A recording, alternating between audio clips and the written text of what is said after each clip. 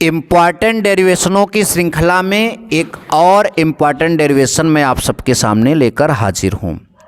जी हाँ, इस डेरिवेशन को बहुत बार बोर्ड एग्ज़ाम में पूछा गया था, तो मैंने अंसाल पेपर लिया और उसमें से देखा तो कई बार ये डेरिवेशन पूछा गया था।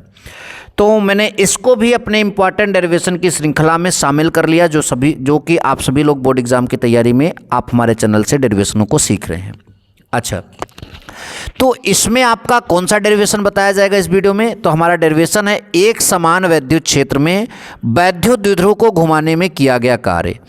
एक समान वैद्युत क्षेत्र में वैद्युत द्विध्रुव को घुमाने में किया गया कार्य बहुत इंपॉर्टेंट डेरिवेशन है। कुछ नहीं करना है, सबसे पहले ये जो छोटा सा चित्र बना है इसको समझ लेना है और इसके बाद इस चित्र के बारे में बस इतना लिखना है। उसके बाद डेरिवेशन तो बस चुटकी बजाते आप सभी को आने लगेगा। अच्छा, तो चलिए समझते हैं। एक समान वैद्युत क्षेत्र को हमेशा ऐसे समांतर लाइनों से आप दिखाओगे, तो ये जो काली काली लाइनें हैं वो एक समान वैद्युत क्षेत्र है। अब वैद्युत द्विध्रुव क्या होता है? प्लस क्यू और माइनस क्यू से मिलकर बना आवेश। तो देखिए यहाँ पॉइंट ए पर प्लस क्यू और यहाँ पॉइंट बी पर माइनस क्यू आवेश है, और द्विध्रुव के बीच की दूरी कितनी होती है? 2l। तो ये पूरा यहाँ से यहाँ तक वैद्युत द्विध्रुव है, जो कि क्षेत्र जो है उससे कितना कोण बना रखा है इसने? थीटा कोण। अच्छा, यहाँ तक कोई दिक्कत नहीं। ये जो आपका माइनस क्यू आवेश है वो मैंने ये जो पेन रखा है इसके लाइन में है यहाँ तक, और ये जो डॉटेड लाइन आ रही है वो यहाँ से मतलब माइनस क्यू की आवेश की लंबवत दूरी मानी जाएगी। ये मेन दूरी है और ये लंबवत दूरी है। अच्छा, आपको पता होना चाहिए पहले से भी, वैद्युत क्षेत्र में अगर कोई प्लस क्यू आवेश है तो उस पर जो बल लगेगा Q इंटू ई होता है, और उसकी दिशा जो है क्षेत्र की दिशा में होती है। और माइनस क्यू आवेश पर जो बल लगेगा वो उसकी दिशा जो है क्षेत्र की विपरीत दिशा होती है। ठीक, ये आप सभी को मालूम है। तो मैं आप सभी को बताना चाहूँगा कि जैसे ये पेन है, यही वैद्युत द्विध्रुव है, और इस पेन को हम इधर से खींचे तो ये पेन ऐसे ऐसे मूव करेगा। इसको इधर से खींचे और इधर से भी खींचे तो ये ऐसे घूमकर कहाँ आना चाहेगा? वैद्युत क्षेत्र के संरेखित होने का प्रयत्न करना चाहेगा। तो यानी ये वैद्युत द्विध्रुव क्या हो रहा है? घूम रहा है।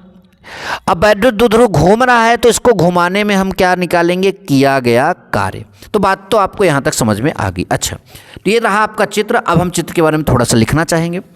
माना एक वैद्युत द्विध्रुव AB जो कि दिख रहा है आपको, माना एक वैद्युत द्विध्रुव AB जो कि दिख रहा है, जिसका द्विध्रुव आघूर्ण वेक्टर P है। एक समान वैद्युत क्षेत्र में थीटा कोण, एक समान वैद्युत क्षेत्र जो है उसमें E में जो है थीटा कोण बनाते हुए स्थित है। दिख भी रहा है आप सभी को?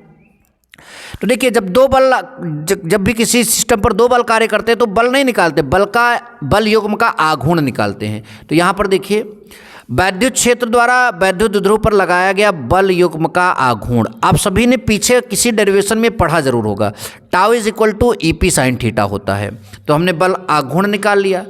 तो अब देखिए, वैद्युत द्विध्रुव पर कार्यरत बल युग्म को नियत मानते हुए, मतलब ये जो बल युग्म लग रहा है उस पर उसको नियत मानते हुए उसको अति सूक्ष्म कोण d थीटा कोण आगे घुमाने में बाह्य स्रोत द्वारा किया गया कार्य। अर्थात मतलब कि मान लेते हैं वैद्युत द्विध्रुव पहले ऐसे था, तो अब इस पर जो आघूर्ण लगेगा, जैसे हम इस पर जो आघूर्ण लगेगा वो फिक्स लगेगा, तो इसको बस ऐसे हल्का सा घुमाएंगे तो d थीटा घूमेगा। तो जो कार्य होगा वो बहुत थोड़ा सा कार्य माना जाएगा dw। तो देखिए, कार्य का फार्मूला था बल गुणित विस्थापन, और अगर इस तरह का बल आघूर्ण हो तो कार्य का फार्मूला होगा बल आघूर्ण गुणते कोणीय विस्थापन, मतलब कोण का विस्थापन। अच्छा, ये आपका वही चीज़ है। टाउ की वैल्यू क्या हो जाएगी? PE साइन थीटा, और थीटा की जगह थीटा।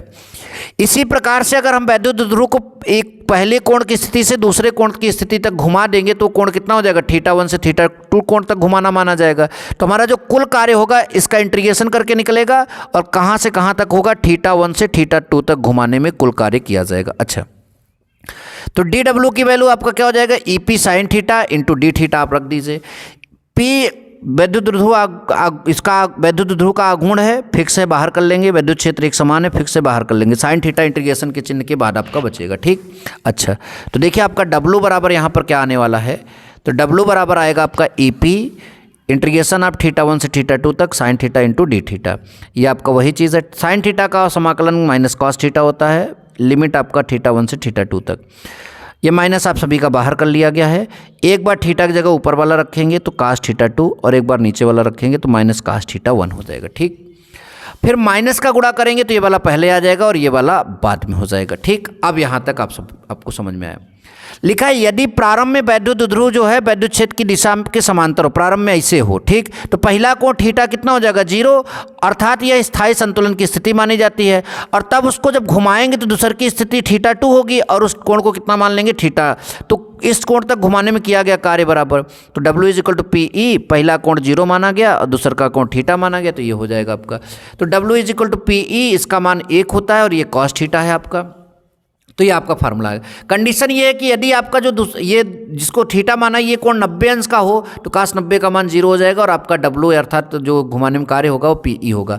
कंडीशन नंबर 2, अगर ये कोण 180 होगा तो cos 180 अंश का मान -1 होता है, -1 कितना हो जाएगा 2 हो जाएगा, तो ये आपका कितना हो जाएगा +2। तो आई होप कि आप सभी को ये डेरिवेशन समझ में आया। अगर आप इसका स्क्रीनशॉट लेना चाहते हैं तो मैं आपको यहाँ पर दिखा देता हूँ। सबसे पहले आप हेडिंग डालिए, ठीक, और ये चित्र सहित इतना स्क्रीनशॉट ले लीजिए। उसके बाद जो है आप इतना स्क्रीनशॉट ले लीजिए, ठीक, उसके बाद आप इतना स्क्रीनशॉट ले लीजिए। अच्छा, अब आप जो है यहाँ इस पार्ट का भी इतना स्क्रीनशॉट ले लीजिए, इसके बाद जो है इतना स्क्रीनशॉट ले लीजिए और लास्ट में ये 2 कंडीशनों की भी स्क्रीनशॉट ले लीजिए। तो ऐसे और वीडियोज़ के लिए चैनल को सब्सक्राइब करके रखें। मिलेंगे नेक्स्ट वीडियो में। Thank you so much. जय हिंद, वंदे मातरम।